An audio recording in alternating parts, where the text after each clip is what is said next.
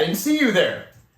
My name is Stephan Sherman. I am the Game Director and Chief Product Officer at Bazooka Tango. And if you're watching this video, you're probably thinking to yourself, Stephan, what the heck is happening with Shardbound? Well, my friend, you are in the correct spot. If you want to know all the nitty-gritty and interesting design details that's going on with that product, because I'm going to tell you, my friend, I'm going to tell you all the things, but only one dev diary at a time, because otherwise there's way too much stuff to fit into it.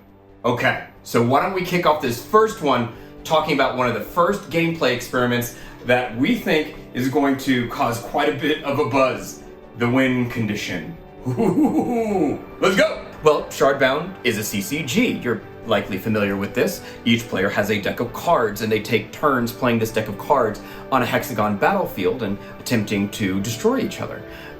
And I think it's worth taking note that Shardbound is ultimately a hybrid. It shares its ancestry with two genres of games, not really one. You can think of Shardbound as sharing a lot with CCGs, and you can think of Shardbound as sharing a lot with tactics. So if we think of it like a slider here, with Shardbound being the slider nub right here in the middle, Shardbound is kind of more towards a CCG than it is a tactics. And you might think, okay, wait, why do you think it's more of a CCG than a tactics? Well, ultimately, the win condition is to kill the enemy commander, which is very traditional to a lot of these CCGs you might have played, Magic the Gathering, Hearthstone, and the like, versus a tactics style match in which that is typically not the win condition. And that does end up mattering as we start talking about how we want to potentially situate Shardbound between a CCG and a tactics. This slider might actually move, and that's okay. That's okay. So why would we consider moving that slider? What is it that we're trying to accomplish? Why are we looking at the win condition in the first place? Well, that's because we needed to make sure that Shardbound was capable of supporting Pendulum Swings. What? What? What are you talking about, Stephan? What's a Pendulum Swing? All right, so I'm going to use a couple of terms as we go through this dev diary. The first is front foot player. A front foot player is a player that is winning a match. They are the player that is currently the most likely to be victorious. And then there's the back foot player. That's a player that is losing a match. It might be close, it might be a blowout, but regardless, the back foot player is a player that is most likely right now to lose. No! Oh, no! And then I'm going to talk about pendulum swings. What's a pendulum swing? A pendulum swing is when the front foot player and the back foot player switch positions. Now, why is this even important? Why would we consider this? Because ultimately, if your product allows for the back foot player and the front foot player to switch places, usually by crafty and savvy play on the back foot player's part, then there is some amount of surprise and suspense about who might win a game. More importantly, if your game is a foregone conclusion that the player on the front foot will end up being the victor, and there is no chance for the back foot player to recover, well, that's not interesting.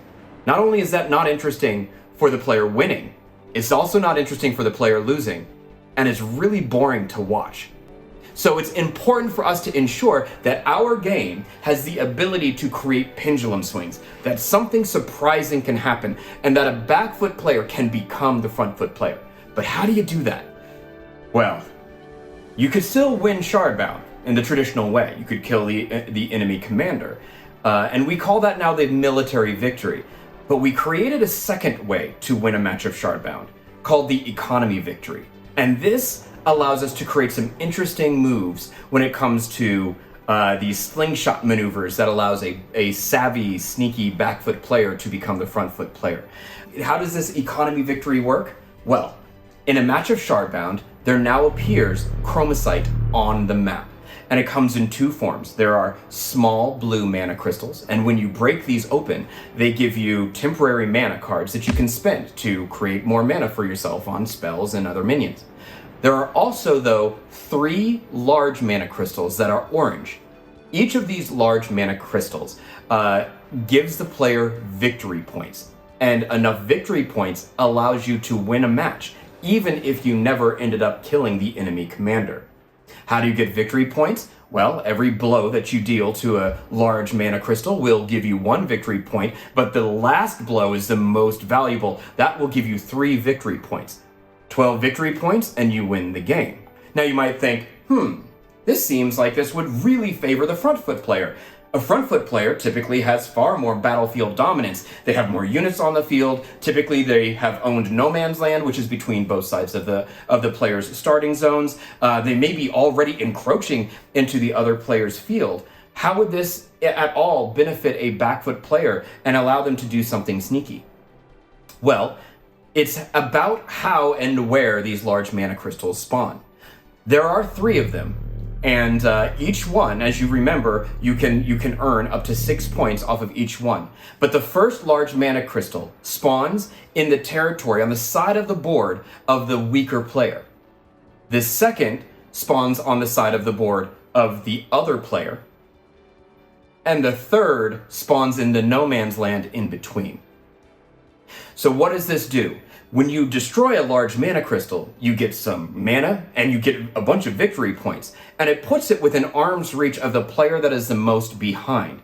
And what does this mean? That means if you are the winning player, you have to really think through whether or not you're going to go the distance and try to take that third large mana crystal, whether you're going to try to invade and risk being overextended, but being able to secure that first mana crystal that might be on the back foot player's side, or whether or not you're going to end up just skirting it all and going for the military victory because, again, you must have battlefield dominance. And we've also thought through various tools that are in play for a back foot player to be able to be very sneaky and crafty and be able to capture large mana crystals that are not in their zone. What does this mean? A lot more fun and very interesting strategic gameplay that we will see emerge in every single match of Shardbound. But that's up for you guys to let us know if we've hit the mark on that. Okay, we're going to stop here for now. This is the first of our dev diaries. We're going to be doing more of these things, and I really hope that this is useful to you guys. We desperately want to hear your guys' feedback. Chat with us in Discord. We're really eager to hear your thoughts. And until next time, I'm Stephan Sherman. I'll see you on the battlefield.